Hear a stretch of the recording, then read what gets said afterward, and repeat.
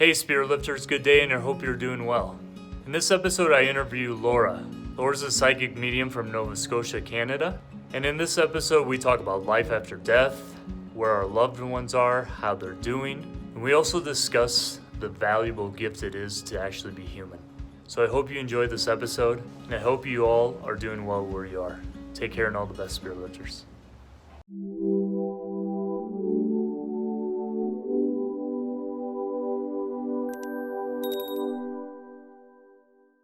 Laura, welcome to Spirit Lift.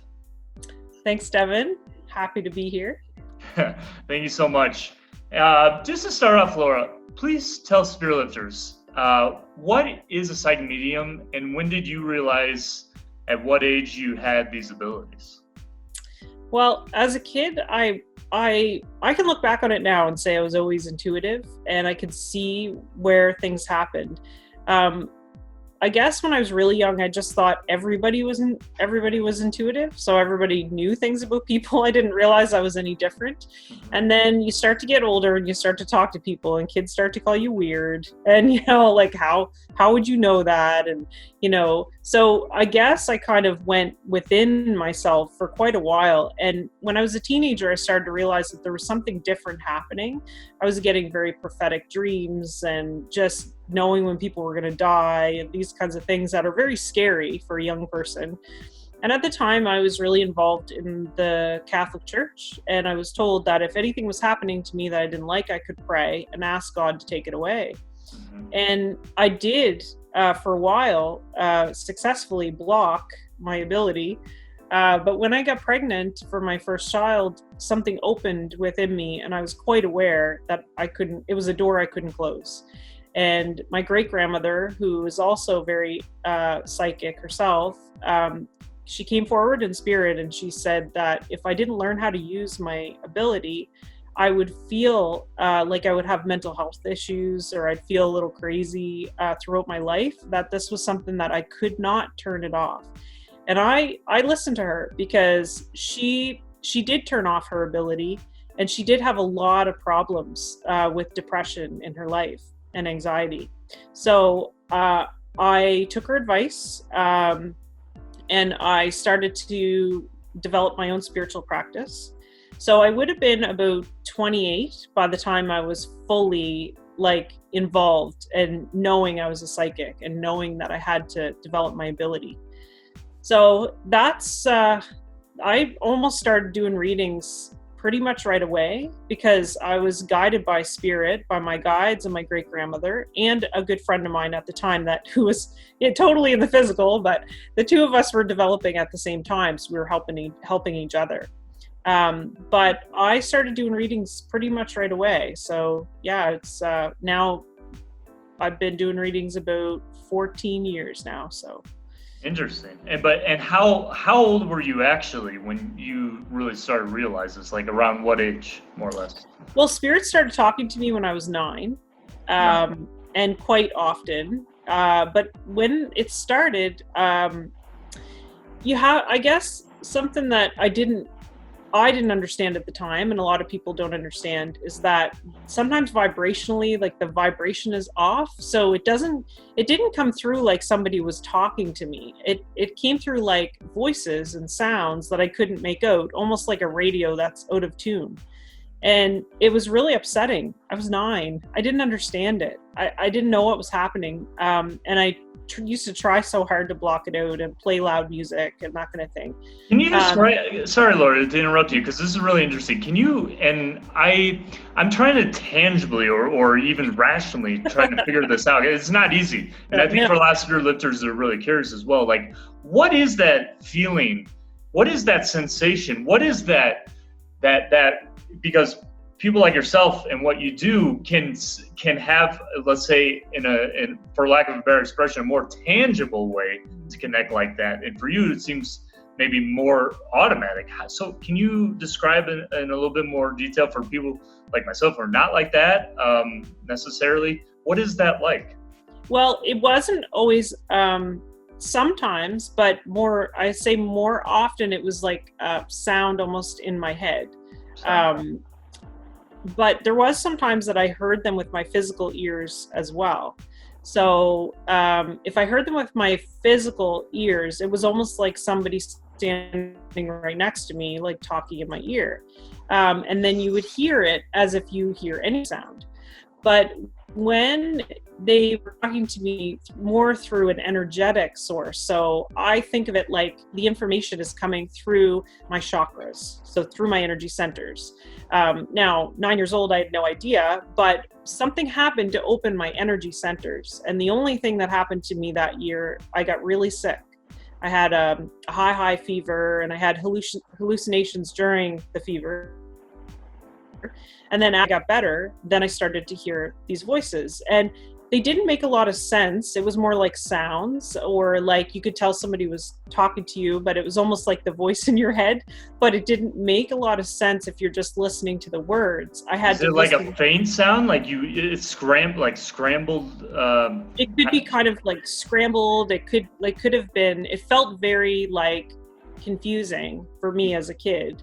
And all I really remember about that time, because it was upsetting, and I did ask, I asked God for help in a sense, to help me with this. But at the time, I remember being really confused and not understanding what it was, and it almost sounded like to me at the time like robots talking, or like electrical kind of sounds, but you could tell they were words, and you could tell they were trying to talk to me. So whenever I did really try to listen, to focus myself to listen, I didn't hear what the words were saying, but I could always hear the feeling. So although I didn't understand the words, I always got the message through how it made me feel. Mm-hmm. So they could tell me things at that time, but I really wasn't ready, and I really wasn't in a good place as far as I couldn't ask anybody for help. My family didn't understand. There was nobody I could talk to. My family actually wouldn't have been accepting, so it was something that I was very alone with. And I used it. I used what was happening to me to get closer to my feeling of what God was. Now, things have obviously evolved for me, and I look at God as a source energy, or a universal intelligence, or a universal consciousness that can exist in all of us. So I don't look at things exactly the same as I did then, but then it really helped me to know that I didn't always feel completely alone, and that when I asked for help, I did get it. And so I think some people that have these kinds of abilities that just show up, I think they would have a similar kind of story, that things have happened to them that they had to learn how to figure it out. And that if you're called to a path like this, you have to take things as they come, and then sort of accept it as training. You're being trained. I didn't know. Yeah, go ahead. No, keep going. I wanted to ask you something in detail with that. Yeah, no, I didn't. At the time, I didn't understand. I didn't understand any of this. It's taken me many, many years to figure out what this must have been. Mm-hmm. But the voices did give me some information at times, although very piecemeal. And then as I got older, the voices stopped because I didn't want them anymore. And they stopped so I could go through my teen years and just be a regular kid. But when I was 17, I started to have the dreams again. So I started to have more dreams about things that were going to happen. People that, I had a dream about somebody who was going to die in a very dramatic way, and they did. And things like that. So again, 17 years old, scared out of my mind. And I prayed again, and it did go away for another 10 years or so, until I had my first child. And at that point, I feel like I was ready. I was ready to receive. I was ready to learn. So these things have always been happening with me. I wasn't ready for it until I was a little bit older. So, and that's something I want to kind of pointedly ask you, is that, do you think, in a sense, you were chosen to have these abilities versus other people? Because like they're naturally coming to you, and this has naturally happened to you. and then like in certain parts of your life, you say you don't want it to be so present with you, and you want to turn it off and want to turn on. Like, how is that for you, feeling whether or not you were granted this ability, like you were born with it? And when you say also turn it off, like, what does that mean, turn it off? Yeah, it's actually not a simple thing to learn, I guess, for many people to just turn it off. And it, again, that's something that takes some practice. When I was a kid, I felt like I was, and many kids are, as many spiritual children that are experiencing these things are very protected. And I feel like as a child, if it's possible, you can ask for help and be protected. So you're allowed to, in my opinion, you're allowed to just be a regular kid. But I have helped a lot of kids through this kind of thing, because I feel for them because I didn't have any help. So I have helped a lot of kids with this. I just think that turning it on and off is a skill that you have to learn. And I feel like this ability is within me to connect, and I know that to turn it off would mean that to turn it off completely, like forever, would mean that I would not be living my calling. I wouldn't be living my soul path. So I know that would in turn mean I would be unhappy, and nobody wants that. You wouldn't choose that if you had to, but the ability carries responsibility.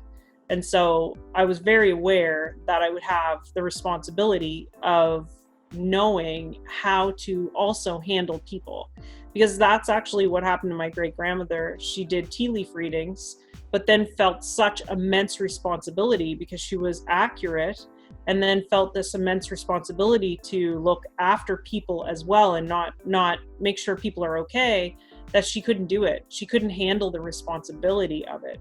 But then in turn, not trying to work with it meant that she had a harder time, with her mental health at throughout her life.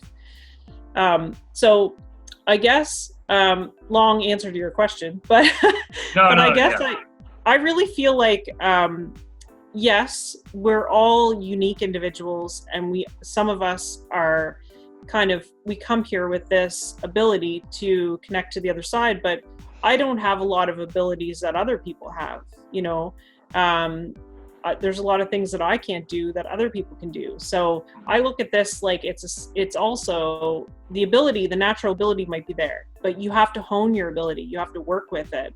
And it's like a muscle. The more you use it, the stronger it gets. So I always felt like this was something that, yes, it's part of me, and I came here with this. But if I don't take it seriously, if I don't take the responsibility seriously, if I don't stay humble and grounded, then it's not going to be for the highest good anymore. Sure. So I always knew the weight of it, the responsibility of it. No, yeah, and I can imagine if you're really feeling that and you felt this as a kid, then it must be like just something so different than what other people experience, but it carries a certain responsibility too. Yeah. So that it's a certain heaviness in a different way. And look, I'm really interested for our spirit lifters to ask about loved ones that passed, and I will in a moment, but I'm curious as well to ask you, Laura, as far as our time here as humans, as you, Laura, as me, Devin, as spirit lifters with each of their individual names and identities, for our experience as humans here on Earth, what from your purview is our reason of being here?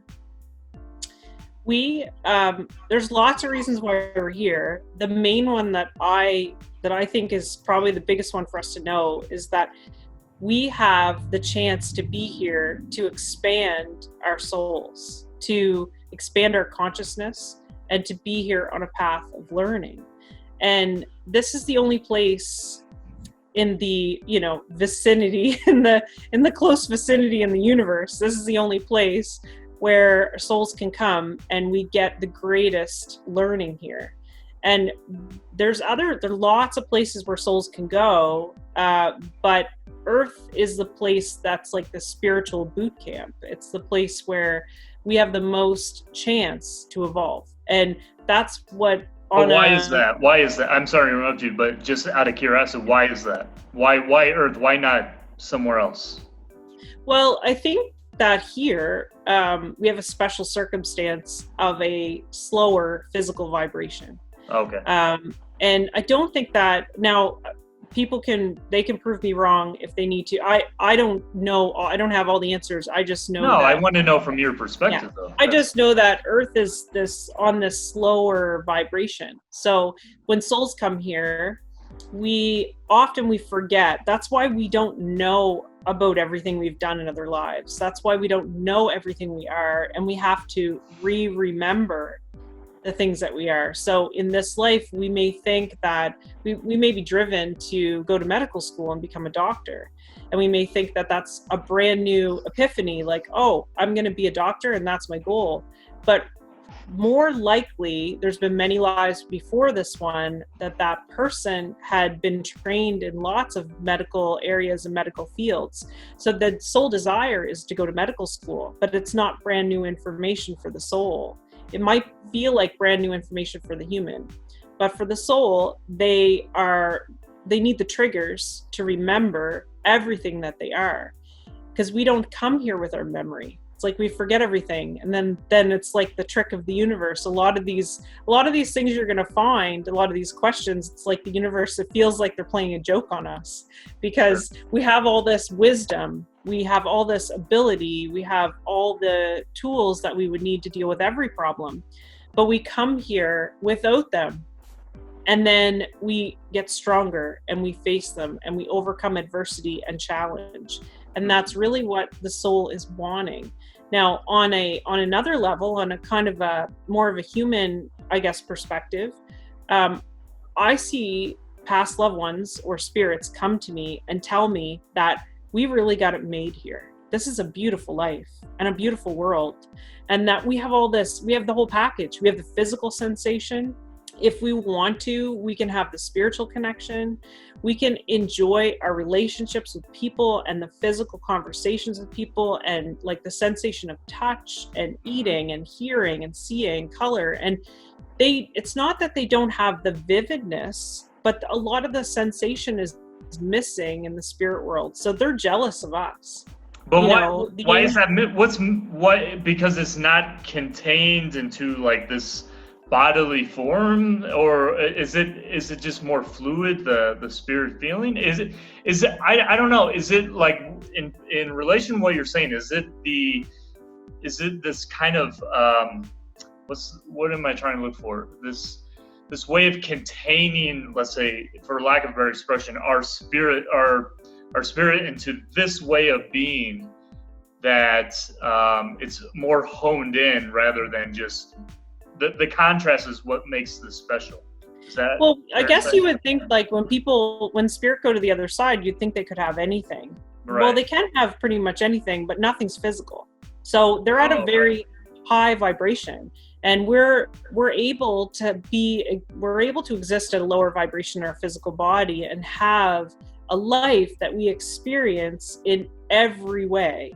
And a lot of times when past loved ones cross over initially, that I don't think it lasts forever, that they miss being here, like in the physical body. I think when they first initially pass, or like if they always smoked, some of the first things I hear is, man, I wish I could have a cigarette.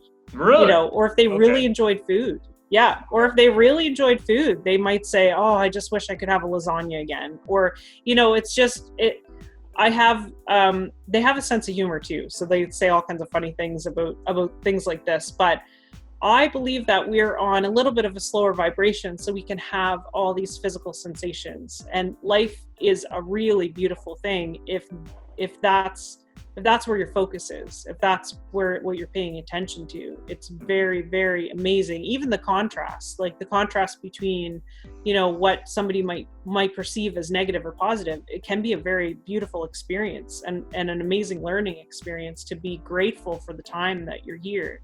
Yeah. How many souls, I can't tell you how many souls come forward and they weren't able to live their life's purpose.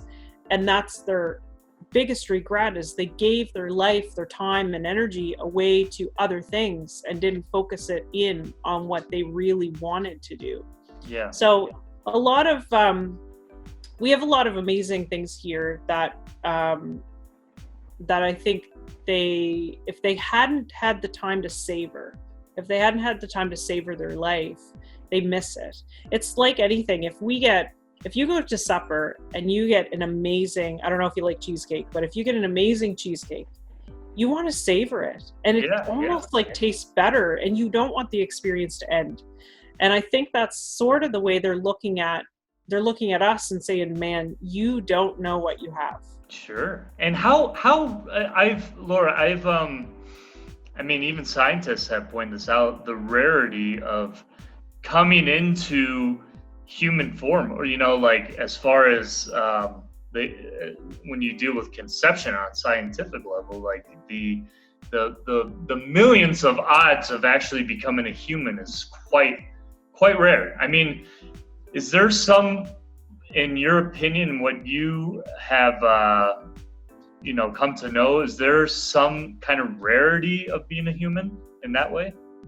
Are the chances of coming in human form quite rare? I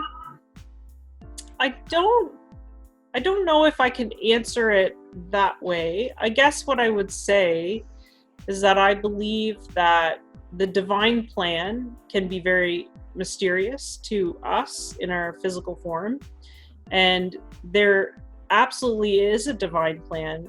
There are way more spirits than soul incarnated humans, we'll say. Oh, really? So every one of us has a team of spirits around us to help guide us, and often, like, my experience and why I had to learn to open and close myself is because I would go into public places, and let's just say there's 50 people there was always at least 1,000 spirits. So That's you crazy. can't, you could say that being human, it's a privilege, and it's one that I don't think everybody appreciates, but it is a privilege. And you could, if you were looking at just the numbers, I guess you could say it could be a very rare occurrence, like that an actual soul comes into a human body. And I know a lot of people are thinking, what are you talking about? There's 7 billion people in the world. But for every person, every person has a soul team around them, and then countless spirits and souls on the other side, or countless spirits and souls in the universe. Mm-hmm. You can imagine that if you're just looking at numbers, then yes, you could say that we have a very small existence as like humans in the universe. Right. But I guess the way that I see it is that you can choose. There's no real like red tape, or there's no real judgment from the other side. Mm-hmm. Any soul can choose to come here, but there's a little bit of gray area as to what happens with your life, because you have a soul blueprint that you must live through, and we have measured choices in our life. But I do believe that some people can choose not to be in awareness, or they can choose not to follow the absolute best path for them. Right. So I guess there's like, for me, I look at it like there is a plan for everyone. There are measured choices and measured effects of what choices they make. Mm-hmm. And we all have a certain amount of time while we're here. I don't think we can adjust that. I think soul decides, I have a block of time, and that's my block of time. So it puts a different spin on the whole existence. I don't think about suicides the same way. I don't think about births the same way as people, or death. So I don't have a perception, I guess, to say. if we can say it's rare to be here, but I guess I would say that we have a very small population of physical souls, like physical beings here, compared to the universe, compared to what's happening out there. Yeah, that's really interesting. Go kind of threading into what you were saying just now as well in relation to a plan. I've always had a hard time grasping this. Why does there have to be a plan to any of this? I mean, like what? I mean, supposedly God or source or however you want to term that, like, is omnipresent, what's the word for universal love? I forgot. Yeah. No, I know what you mean. Yeah. Bad with words. Yeah. But all loving, all knowing, everywhere. I mean, so what? Why is there? For me, it's hard to understand sometimes when people discuss like there has to be a plan. Why a plan for what? Well, what I've learned, what I've discovered, I guess, through talking to souls and asking these questions, because they're questions that people ask a lot. Yeah. I see it like almost like a tree. So if you look at the top of a tree, and there's like the trunk of the tree, and then there's the next like main kind of bigger branches, and they branch out into all these little tiny little twigs. So that's kind of how I see a soul plan. So it's not necessarily like it's not like you're going to come here and you have to marry this person and you have to have 2.4 kids and you have to have this career and it's not really like that. It's more like your soul is infinitely intelligent and wise. And so before you came here, you talked to other souls, probably your parents or your siblings or your friends, or maybe even like your future wife. And you may have talked to all these souls before you came, and you came up with a plan. And you had contracts with all these souls to accomplish certain things. Nothing happens by accident. So our souls in some other time, in some other place, came up with a plan to have a life that they were going to learn the things that they haven't learned yet, do the things they haven't done yet, because it's about experience and expansion. So typically souls don't come here for no reason. You might see the odd soul that comes here for like what I call a soul vacation. So like, they plan their party all the time. Yeah, like they plan their life in such a way that they don't have a lot of responsibilities and things come easily to them and they kind of glide through life. But sign me up for that. That's scary. Yeah, you sign up for that next time. Yeah. But it's very rare because most souls want the expansion. They want the challenge and adversity so they can change and grow. Because the whole purpose of the universe is expansion. That's what's happening all the time. Universe is constantly expanding. So we're part of that and we're doing the same thing. We got to keep up.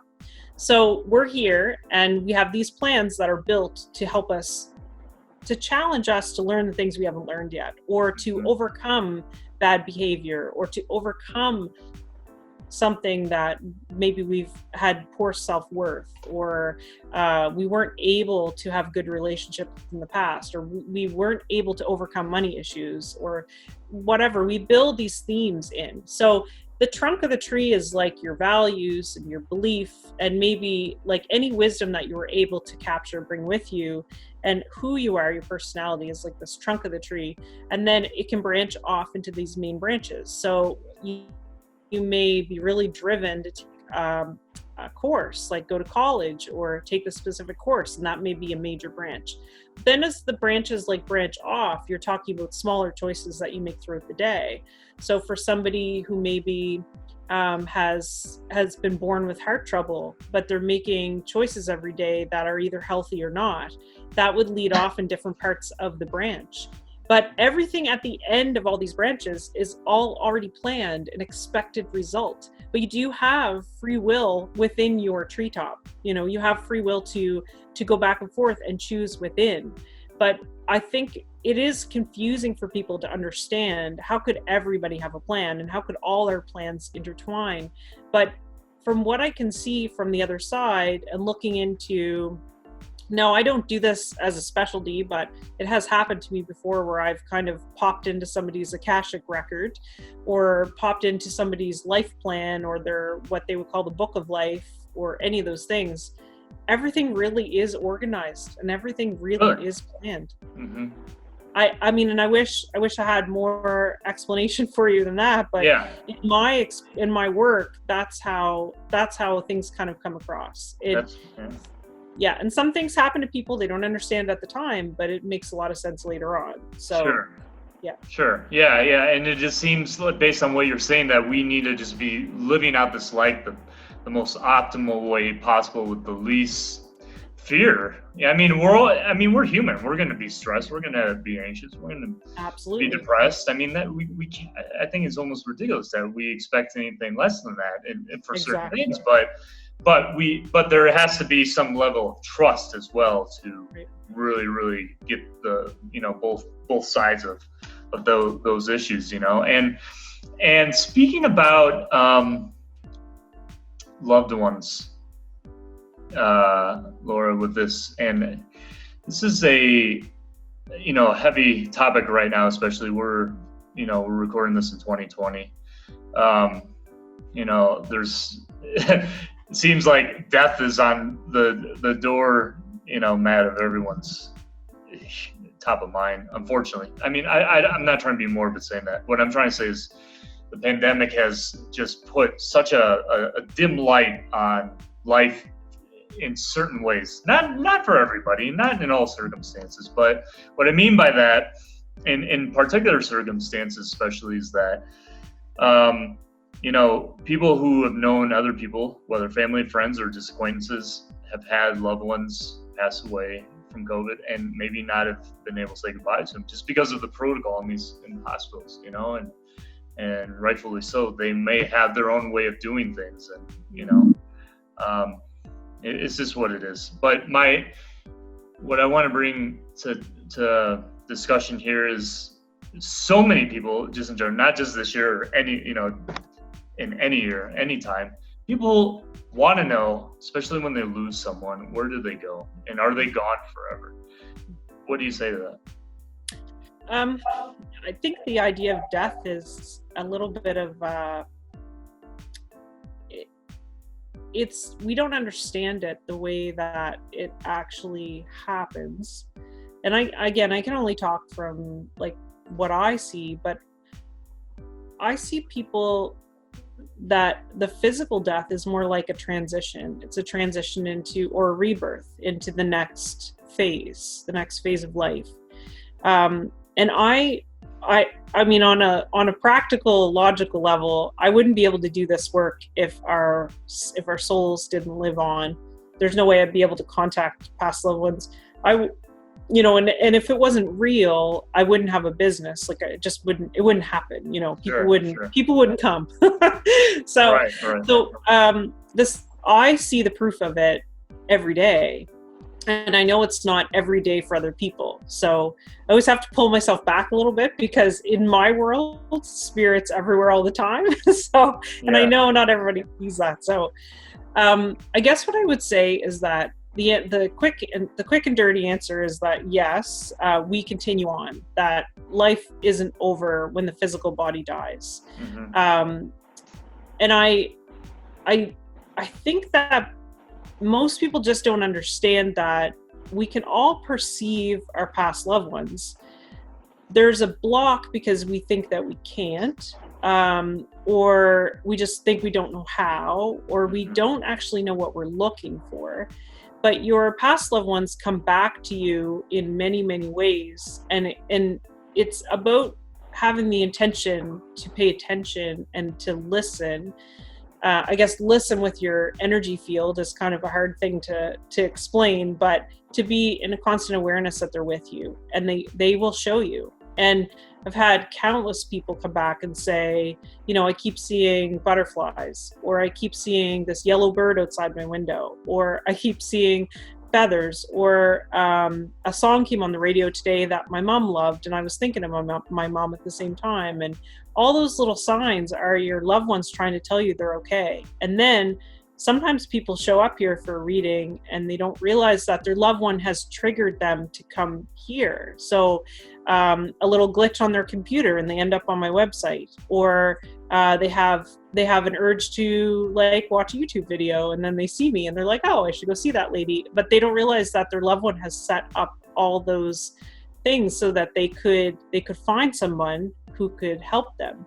Well, and with that, Laura, and I don't mean to interrupt you, just out of curiosity, why can't it be more blatant? Why can't it be like, my grandmother passed away, my grandpa just like literally scream in my ear and say something? How come there? It seems like these are so subtle what they do. How come it's not sometimes more like a smacking a gong and like, hey, I'm here.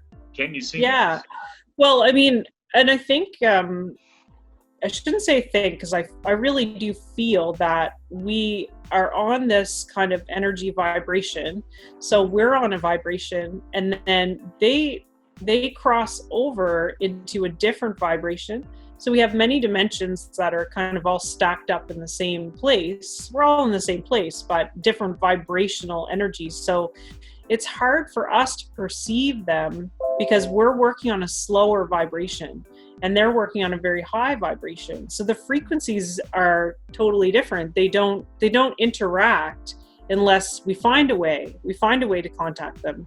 So they have to learn, in my work, spirit has to learn to bring their vibration down to the point where I can reach them. So I have to lift up my vibration to a high place. I have to kind of be like in an energetic state that's higher than I normally would be.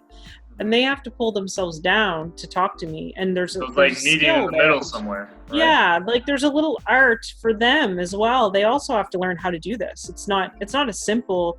I don't think it's as simple maybe as it should be to give us comfort. But I do see that. I see that they have to really lower their vibration, and then I have to raise mine up, and then I have to hear them and understand them. Sure. So I don't think it's as simple as them just coming and like being able to talk to you, because they're learning the landscape too. They're trying to figure out how this all works as well. So they need to do some things and we need to do some things to meet in the middle somewhere. Sometimes I say to people, if you really want to connect with your loved one, and sometimes for different reasons it doesn't always work, but I tell people to continue to try, because if you continue to try, you continue to put out that vibration that's what you're asking for. But I often will say to people, if you tell your loved one that there's a specific time that you'd like to meet with them, so maybe you used to sit down and watch a sports game with your father at a certain time every Friday. And so maybe you tell your father that passed on, like, hey, I'm going to sit down and watch the sports game. Can you join me? And just continue to do it. And like, join me and show me you're here. And a lot of times they will try to show you they're there. But if they're on a different vibration and they haven't found a way to come down to do something that you can perceive, then it's very difficult for you to perceive that they're even there. Right. Interesting. Yeah, I mean, I guess it just takes a lot of kind of, I don't want to say practice, but it takes, there's a learning curve, right? I mean, there's a learning curve from both sides, and it just depends on where you meet in the middle somehow, and just, I think part of it, like you said, is asking. It's like, hey, come and talk to me, or come and show me, Exactly. If you put the intention out there, your intention and your awareness too, that they could come to you at that time, and staying in a heightened sense of awareness, because the way they communicate is not, it's not through something very simple. It's not through like talking.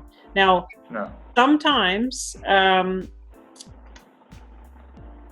if we're thinking about like hauntings, for example, so how do like hauntings happen? How does that happen? But my sweet little grandmother can't come visit me.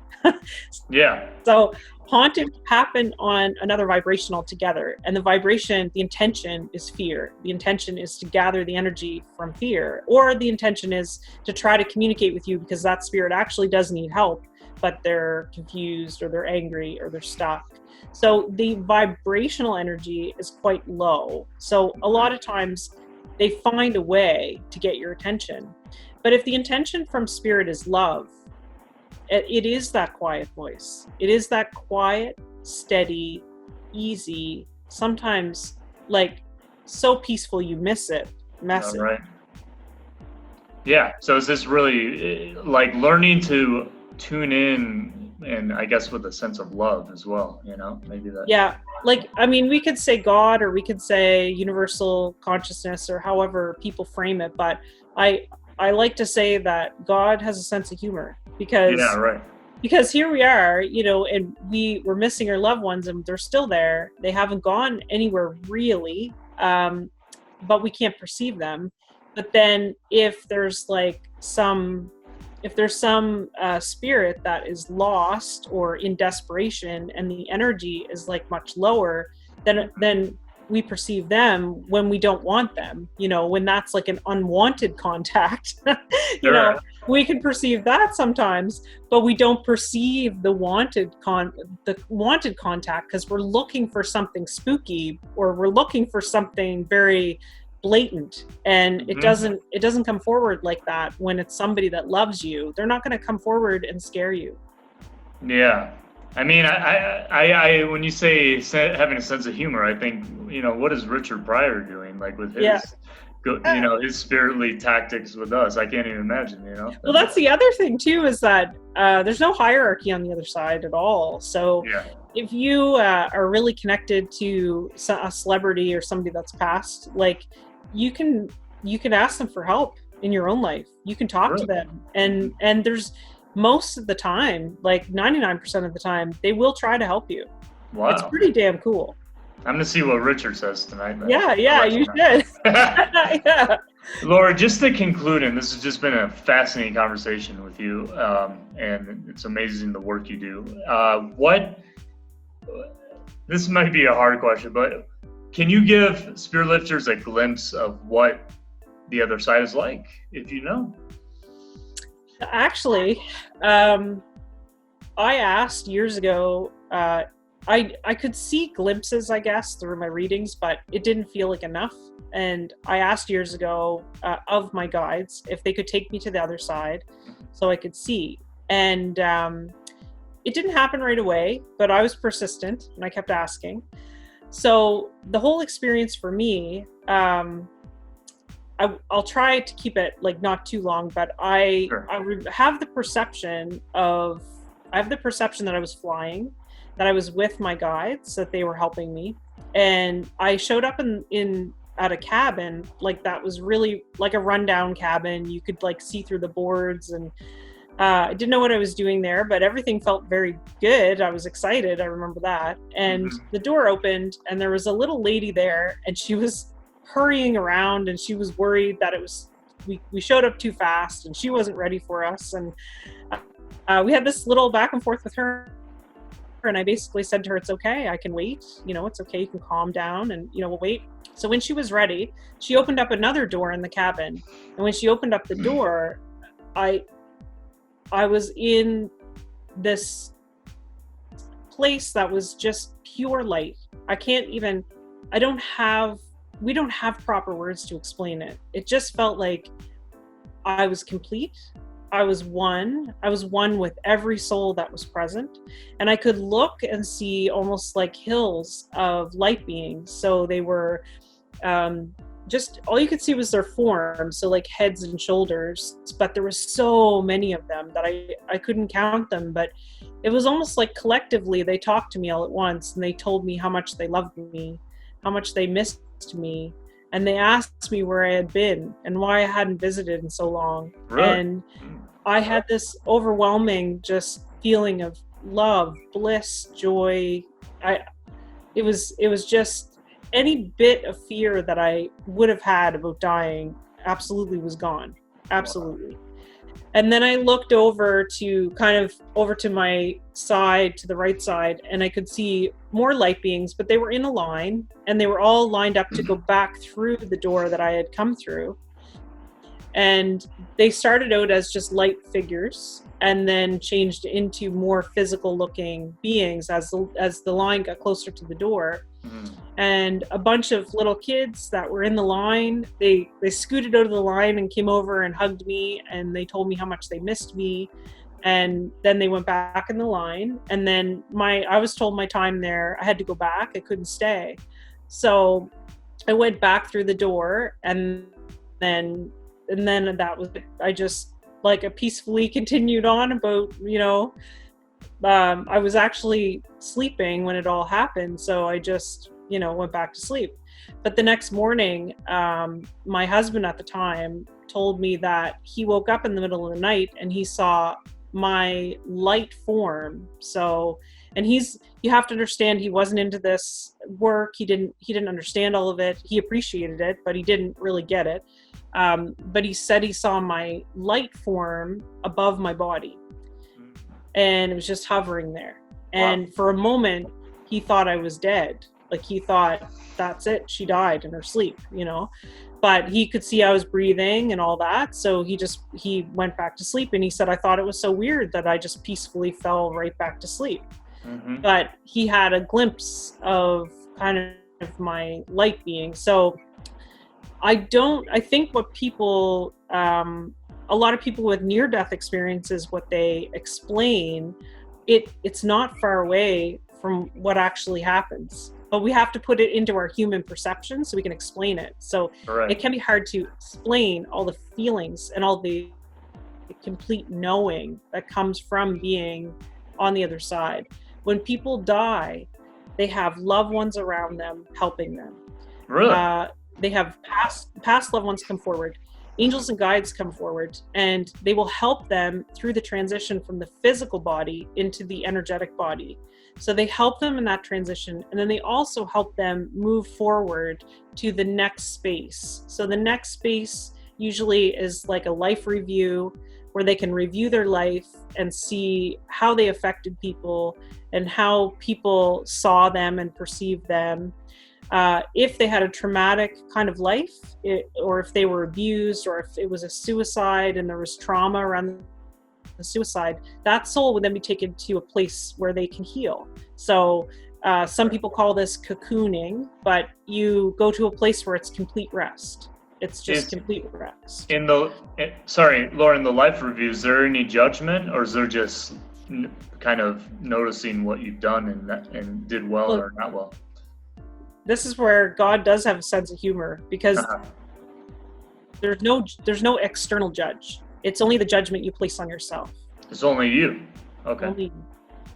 And we are our harshest critic, for anything we do. So there's no need for an external judge, and there is no judgment from any external source on the other side. None. It doesn't matter.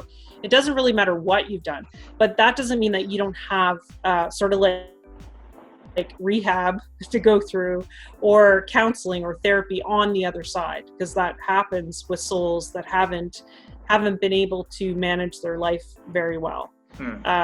But I see it like we have our life review. If the cocooning is needed, like complete rest, then that's given. If it's not needed, then I see the soul kind of have the next stage for me is like the spirit party. So it's like all the spirits get together, and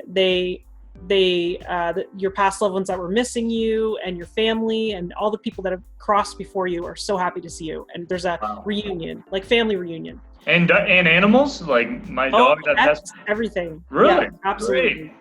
Can't wait.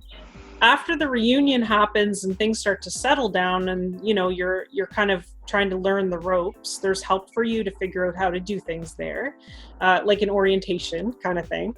And then I see that usually a soul can decide where they want to go with what they've learned. So will they receive therapy so they won't repeat the same mistakes? Or will they receive training to do something on the other side? Or maybe they want to become a guide for a loved one. So they receive some help how to do that. And there's a process that they can go through on the other side, or they can choose choose to just stay. And I've seen souls almost recreate their physical life because that's what makes them feel the best. So I've actually feel like you're kind of like peeping in on them, but I've actually been in homes like create their own energetic home. So a home that they loved, they will recreate it on the other side and have like an existence, and they'll wait for their living relatives to pass, or sometimes they'll plan to come back. They'll plan to be reincarnated so that they can come back and see their loved ones again in the living. So it's a lot of choices, and it's all up to the individual, but the life review always happens. And I see the reunions, they always happen. Incredible.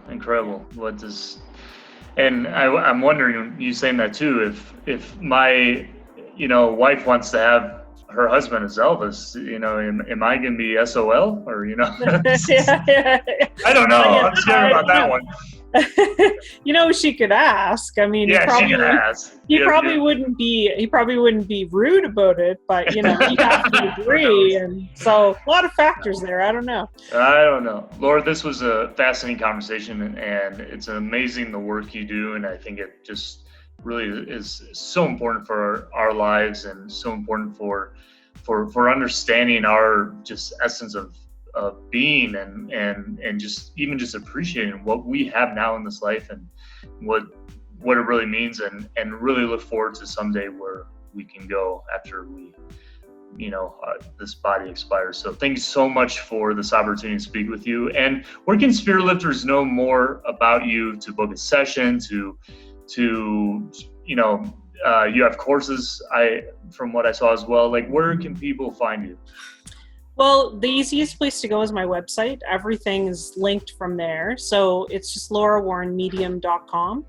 Okay. And everything's there. Links to the Facebook page and YouTube channel and the courses. And they could book a session there too if they like, or they can send me an email if they like. So that's the easiest place to find everything.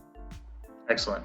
And spirit lifters, we're going to include all Laura's information in the video description below, so please be sure to check that out, and we'll see you on the next episode. Thank you so much. Thank you.